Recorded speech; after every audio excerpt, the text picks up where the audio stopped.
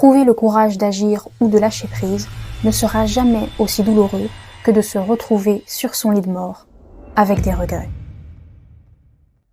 On a tous peur de mourir, mais ce qui nous fait encore plus peur, c'est de passer à côté de notre vie. D'arriver à la fin et de se dire « j'ai pas vécu la vie pleinement ». La question se pose alors de savoir comment vivre une vie sans regrets. C'est exactement ce à quoi répond Bronnie Ware dans son livre « Les 5 regrets des personnes en fin de vie ». Best-seller international traduit en 31 langues, vendu à plus d'1 million d'exemplaires. Je te mets déjà les liens en description. Après avoir commencé sa carrière dans le milieu bancaire, cette Australienne s'est retrouvée soignante en soins palliatifs. Et donc, elle allait chez les gens pour s'occuper de ces personnes qui allaient perdre la vie dans les semaines ou les mois à venir. Elle a évidemment l'occasion de beaucoup discuter avec eux, et l'imminence de la mort a ça de beau qu'elle te fait focaliser ton attention sur ce qui compte réellement. Donc les discussions qu'elle a sont assez profondes. On parle pas de la pluie et du beau temps, on parle de regrets, d'amour, de non-dits, de ce qui a réellement compté. À travers ces discussions, Bronnie Ware remarque que les mêmes regrets reviennent encore et encore. Et je peux vous parier qu'à l'instant où vous regardez cette vidéo, il y a au moins un regret parmi les 5 qui vous fera écho. Vous me direz en commentaire si j'ai eu tort. La bonne nouvelle, c'est que vous avez le temps d'y remédier. En étant au contact de ces personnes, Bronnie Ware a elle-même été profondément marquée. Beaucoup de ses patients l'ont supplié, avant de mourir, de ne pas faire les mêmes erreurs qu'eux parce que ça les soulageait de savoir qu'au moins leur leçon de vie allait servir à quelqu'un et n'était pas totalement perdue. Alors pour honorer ses patients, mais aussi pour elle-même, elle va chercher à vivre une vie sans ces 5 regrets. Et elle s'est vite rendue compte que c'était pas si simple, que c'est un choix quotidien qui demande du courage, de l'amour-propre, de l'authenticité, de la vulnérabilité. Je dirais même qu'on ne peut pas dissocier cette quête d'un cheminement spirituel. Mais je développe ce point-là à la fin de la vidéo. Et donc, elle a écrit ce livre pour inspirer les gens à trouver le courage de mettre en place les changements nécessaires pour vivre une vie sans regret, tant qu'il est encore temps. Et dans cette vidéo, on attaque chaque regret un par un. Juste un mot avant de commencer, à part le premier regret pour lequel j'ai déjà fait une vidéo à part entière, il n'y en a pas sur lequel je me dis que j'ai l'expérience de vie suffisante pour prétendre à donner des conseils sur comment ne pas avoir tel ou tel regret. Disons que je suis comme vous, je les ai découverts à la lecture et maintenant, faut se mettre au boulot. Donc voyez cette vidéo comme une invitation à aller découvrir par vous-même les mots de l'auteur qui incarnent pleinement tout ce qu'elle raconte dans son livre. Dans cette vidéo, je vous propose de découvrir ensemble les 5 regrets et les idées principales qui en découlent. Ceci étant dit, on peut commencer avec le premier regret. J'aurais aimé avoir le courage de vivre une vie fidèle à moi-même, pas la vie que les autres attendaient de moi. Grace avait élevé ses enfants et était maintenant heureuse de voir ses petits-enfants grandir. Seulement, pendant plus de 50 ans, elle a été mariée à un homme violent. Pendant des décennies, elle rêvait de liberté. Elle s'imaginait partir voyager et ne plus vivre sous son emprise. Si bien que, lorsqu'il est admis en maison de retraite, pour des raisons de santé, pour elle, c'est un soulagement. Certes, elle a 80 ans, mais elle est suffisamment en forme et elle allait enfin pouvoir vivre la vie dont elle a toujours rêvé. Seulement, quelques mois plus tard, Grace est diagnostiquée d'une maladie incurable. Maladie causée par les années de tabagisme de son mari. 1 mois plus tard, elle est clouée chez elle. La vie de rêve qu'elle avait attendue pendant 50 ans ne se produira jamais. Il était trop tard. C'est l'histoire d'une des patientes de Bronnie Ware. Et d'ailleurs, les derniers mots qu'elle lui dira sont « Promets-moi que tu seras assez courageuse pour vivre comme tu le souhaites. Ne t'inquiète jamais de ce que les autres pensent. » Et Bronnie, évidemment, lui promet. De tous les regrets qui ont été partagés avec elle, le regret de ne pas avoir vécu une vie fidèle à soi-même était le plus courant et celui qui causait le plus de frustration. Parce que ce qui est dur, c'est qu'au fond d'eux, ils savaient. Ils savaient qu'ils n'étaient pas alignés, mais ils n'ont jamais trouvé le courage de changer. Et au fond, est-ce qu'on n'est pas un peu tous concernés par ce regret? On sait qu'on se conforme, qu'on cherche à plaire, qu'on étouffe parfois ce qu'on est vraiment, juste pour se sentir accepté. L'excellente nouvelle, c'est que toute cette thématique, je l'ai déjà abordée dans ma dernière vidéo sur la dépendance au regard des autres et comment en sortir. Alors n'hésite pas à aller la regarder. Et si mon contenu te plaît, abonne-toi pour soutenir cette chaîne, ça m'aide énormément. J'ajouterai quand même quelques points du livre qui sont pertinents et que je n'avais pas mentionnés. Le premier, c'est de prendre conscience de notre finitude. C'est en commençant à travailler en soins palliatifs que Bronnie s'est aperçue que la société refuse de regarder la mort en face. Que c'est quelque chose qu'on n'arrive pas à accepter en tant qu'individu et en tant que société, Et donc, on vit comme si ça n'allait jamais se produire. Mais c'est seulement une fois qu'on arrive à reconnaître que le temps qu'on a sur Terre est limité, qu'on est moins motivé par notre ego et ce que les autres pensent de nous, et davantage par ce que notre cœur désire vraiment. Ne pas tomber dans le piège de croire qu'on a toute la vie devant soi, ça permet de créer un léger sentiment d'urgence à être authentique. Alors, se demander, si je mourais dans un an, qu'est-ce que je changerais dans ma vie aujourd'hui? Ça permet de faire émerger tous les aspects de notre vie sur lesquels on sait au fond qu'on n'est pas aligné. Tel travail, telle relation par exemple. Et le deuxième point qui était pertinent, c'est qu'on est le produit de notre environnement. Brony raconte une période de sa vie où elle était plongée dans un univers de drogue, d'alcool, de fêtes. Elle a beaucoup expérimenté et forcément son entourage reflétait ça. Des gens qui vivaient dans l'excès. Et c'est aussi ce qui l'a maintenue dans cet environnement. Jusqu'au jour où elle a compris que si elle voulait donner une autre direction à sa vie, elle devait aussi changer d'entourage. Elle écrit: nous sommes le produit de notre environnement. La meilleure chose à faire est donc de choisir le bon environnement pour vous-même, celui qui correspond à la direction que vous souhaitez donner à votre vie. Qui sont les personnes que je côtoie le plus souvent? Est-ce qu'elles m'encouragent à vivre ma vérité ou est-ce qu'elles m'enferment dans un rôle qui ne me convient plus? Je regrette d'avoir travaillé si dur. John et sa femme Margaret ont élevé 5 enfants. Tous sont devenus adultes, ont quitté la maison et Margaret rêve maintenant de partager enfin du temps avec son mari. Elle lui demande de prendre sa retraite. Ils sont en bonne santé, ils ont suffisamment d'argent de côté et si besoin, ils pourraient toujours vendre leur immense maison. Pendant 15 ans, Margaret supplie son mari d'arrêter de travailler. Elle dévore les brochures de voyage, suggère des pays à visiter et John continue de travailler. En réalité, il est ouvert à l'idée d'aller partir voyager avec sa femme. Mais il n'arrive pas à se passer du statut social que son travail lui procure. Un soir, en pleurs, Margaret lui dit qu'elle n'en peut plus. John, en voyant que sa femme a attendu si patiemment pendant tant d'années, la regarde dans les yeux et lui dit qu'il va prendre sa retraite. Dans un an. Elle avait déjà attendu 15 ans, elle pouvait bien attendre une année de plus. Margaret est déçue, mais elle accepte le compromis.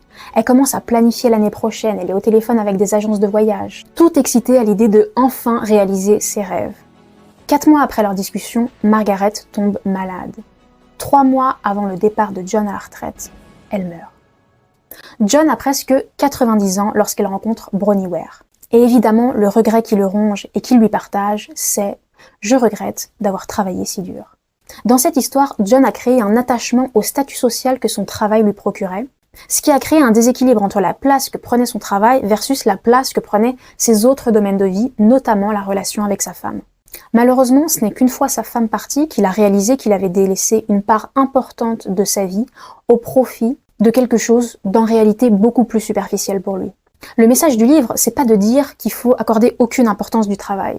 Évidemment, on se réalise aussi dans le travail. Mais prêtez attention à l'équilibre de nos différents domaines de vie. Et que l'importance accordée à tel ou tel domaine de vie ne soit pas motivée par de la peur, des insécurités, notre ego, l'envie insatiable de toujours plus. John, lui, avait peur de ne plus exister sans son rôle social. Finalement, on revient au regret numéro 1. Le statut social, c'est aussi le regard des autres. C'est laisser les autres dicter la vie qu'on mène. Donc, Bronnie Ware nous invite à interroger notre rapport au travail. Est-ce que notre investissement professionnel est choisi ou subi? Est-ce qu'on travaille par amour de ce que l'on crée ou pour combler un vide, entretenir une image? Quelle place prend ton travail dans ta vie et si elle est prépondérante, pourquoi? Évidemment, le rapport à l'argent, notre relation au bien matériel, le dilemme entre faire un travail qui apporte une sécurité financière mais qui ne nous fait pas vibrer ou prendre le risque de faire ce qui nous plaît réellement sans savoir si la stabilité financière suivra, toutes ces thématiques sont aussi développées dans cette partie du livre. J'aurais aimé avoir le courage d'exprimer mes sentiments. Joseph a 94 ans lorsqu'il rencontre Bronnie. Il a beaucoup travaillé durant sa vie parce qu'il adorait son travail et qu'il voulait subvenir aux besoins de sa famille tout simplement. Mais maintenant que la fin approche, il réalise une chose. Il a aussi travaillé autant pour garder une distance avec sa famille. Parce qu'exprimer ce qu'il ressentait, c'était trop difficile. Il se rend compte que ses enfants ne le connaissent pas vraiment et ça le déprime. Il a jamais été très expressif, il leur a jamais dit à quel point il les aimait et aujourd'hui il regrette son silence. Et il fait part à Bronnie de son regret « J'aurais aimé avoir le courage d'exprimer mes sentiments ». Ce que Brony met en lumière, c'est que nos émotions font partie de nous, et que ne pas les exprimer, c'est réprimer une part de notre identité. À force de ne pas montrer notre sensibilité, notre vulnérabilité, ces parts-là n'existent pas aux yeux des autres. Et donc, on a ce sentiment profond que les autres ne nous connaissent pas réellement. Et souvent, on se cache derrière l'excuse « oui, mais il ou elle sait ce que je ressens, j'ai pas besoin de le dire, ça se voit ». En réalité, derrière cette excuse se cache la peur d'être jugé, d'être rejeté, de paraître faible. Ce regret, il est vraiment associé au poids des non-dits. Et je pense que c'est un regret qui peut toucher énormément de personnes parce qu'on vit dans une société qui valorise le rationnel, la logique, le mental. Et les émotions, c'est de l'ordre de l'irrationnel. Donc, de ce qu'on doit cacher, maîtriser, contrôler. Aujourd'hui, tout le monde dit que la communication est importante dans les relations, mais peu de gens savent réellement communiquer. Parce qu'une bonne communication, ça nécessite souvent un certain degré de vulnérabilité. Mais être vulnérable, ça veut littéralement dire ne pas se sentir en sécurité. D'où la notion de courage. Lorsqu'on n'a pas appris à se sentir en sécurité pour exprimer nos émotions, il va falloir traverser l'inconfort de se créer cette sécurité émotionnelle soi-même. Mais ce que ce regret nous montre, c'est que l'inconfort lié au fait d'être vulnérable et d'exprimer ce qu'on ressent est en réalité moins inconfortable que le regret qu'on ressentira de ne pas avoir laissé ces parts de nous s'exprimer pleinement. Une chose qui aide à traverser cet inconfort, c'est de se poser la question « quel type de personne j'ai envie d'être ?» Est-ce que j'ai envie d'être quelqu'un qui arrive à exprimer ce qu'elle ressent ou est-ce que j'ai envie d'être quelqu'un qui n'arrive pas à exprimer ce qu'elle ressent? Cette question, je l'aime bien parce qu'elle nous permet de nous détacher complètement du résultat. Peu importe en fait que je sois rejetée en exprimant ce que je ressens. Au moins, j'aurais été la personne que j'ai envie d'être. Quelqu'un qui arrive à exprimer mes sentiments. Je regrette de ne pas être restée en contact avec mes amis. Doris a 80 ans passés lorsqu'elle rencontre Brony. Ça fait 4 mois qu'elle vit en maison de retraite et depuis son arrivée, elle a quasiment pas vu un seul visage souriant. Sa fille habite au Japon, elle vit sa vie. Et autour d'elle, personne ne la connaît, personne ne sait qui elle a été. Et Doris meurt de solitude, littéralement. Ce qui lui manque le plus, ce sont ses amies. Certaines sont mortes, d'autres sont dans la même situation qu'elle, pour d'autres encore, elle a simplement perdu contact. Elle réalise que les années ont passé et sans le vouloir, elles se sont éloignées. Et aujourd'hui, elle ne sait pas comment les retrouver. Touchée par son histoire, Brony décide de retrouver les amis de Doris. En remontant des pistes, elle finit par retrouver le numéro d'une amie. Doris est folle de joie, elle et son amie passent des heures au téléphone un après-midi à rattraper les années. Et le même jour, Doris s'éteint dans son sommeil. Ce regret, c'est celui des liens qu'on a négligés. Alors, toute amitié n'est pas faite pour durer, évidemment. Certaines personnes sont destinées à n'être là que pour une phase de notre vie, mais pour d'autres, c'est juste qu'on n'a pas fait l'effort de continuer à garder contact. On a simplement laissé la vie nous éloigner.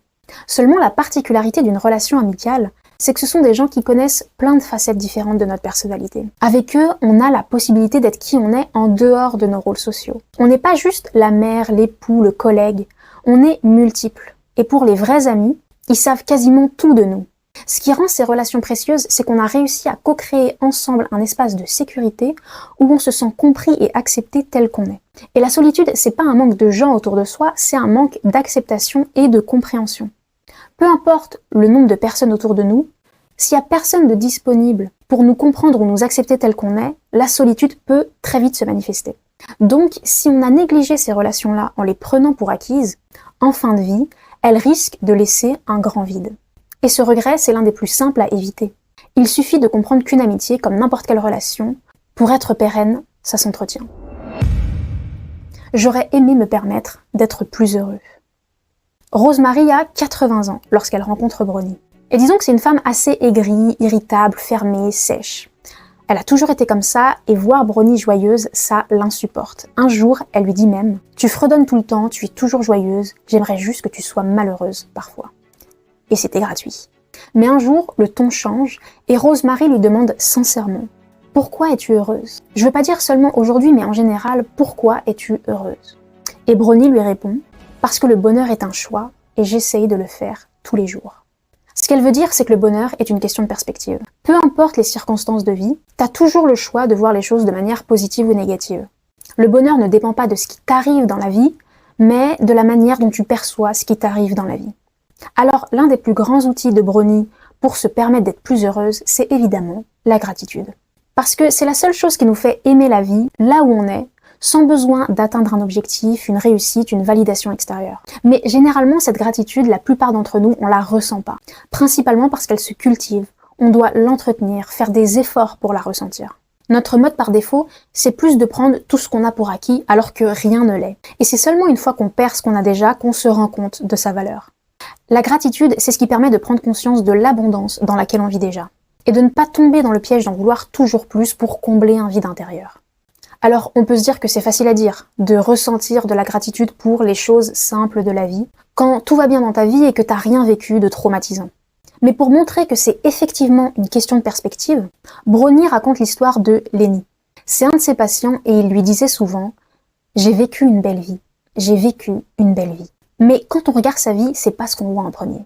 Il a perdu ses 2 parents avant ses 14 ans, il a perdu 2 de ses enfants, un de ses fils à la guerre, une de ses filles dans un accident de voiture, un autre fils a souffert de troubles mentaux graves et a fini sa vie en hôpital psychiatrique, et sa femme est morte jeune.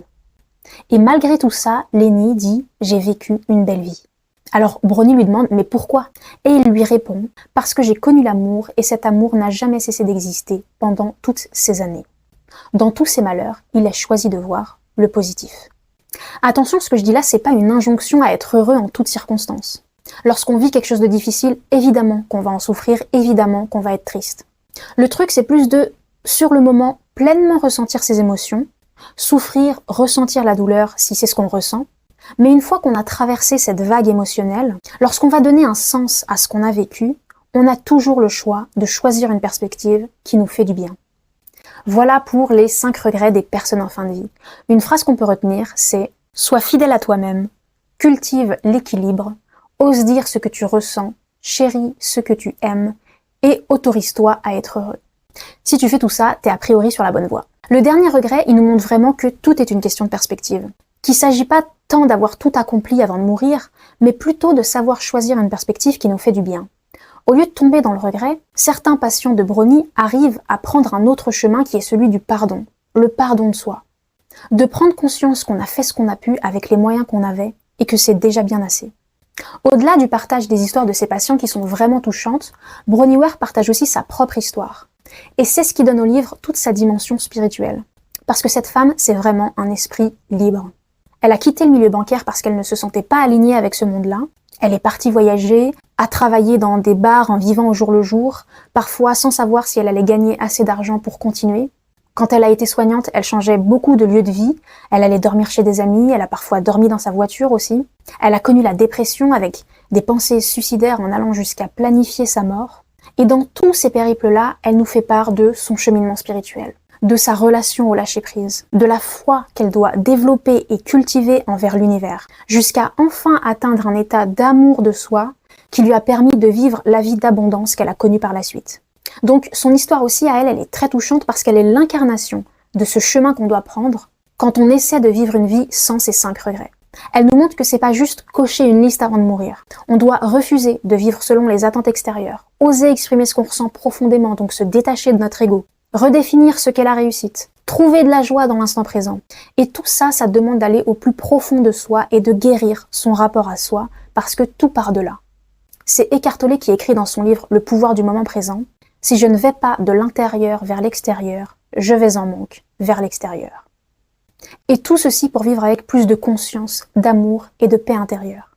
Et donc, pour tout ça, c'est vraiment un très beau livre qui mérite d'être lu. Je pense que vous ne serez pas déçus.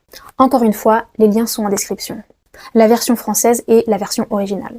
Si vous décidez de le lire, n'hésitez pas à revenir sur cette vidéo ensuite et partager en commentaire ce que vous en avez pensé, ça m'intéresse de vous lire. Merci d'avoir regardé cette vidéo jusqu'au bout. Je te dis à très vite.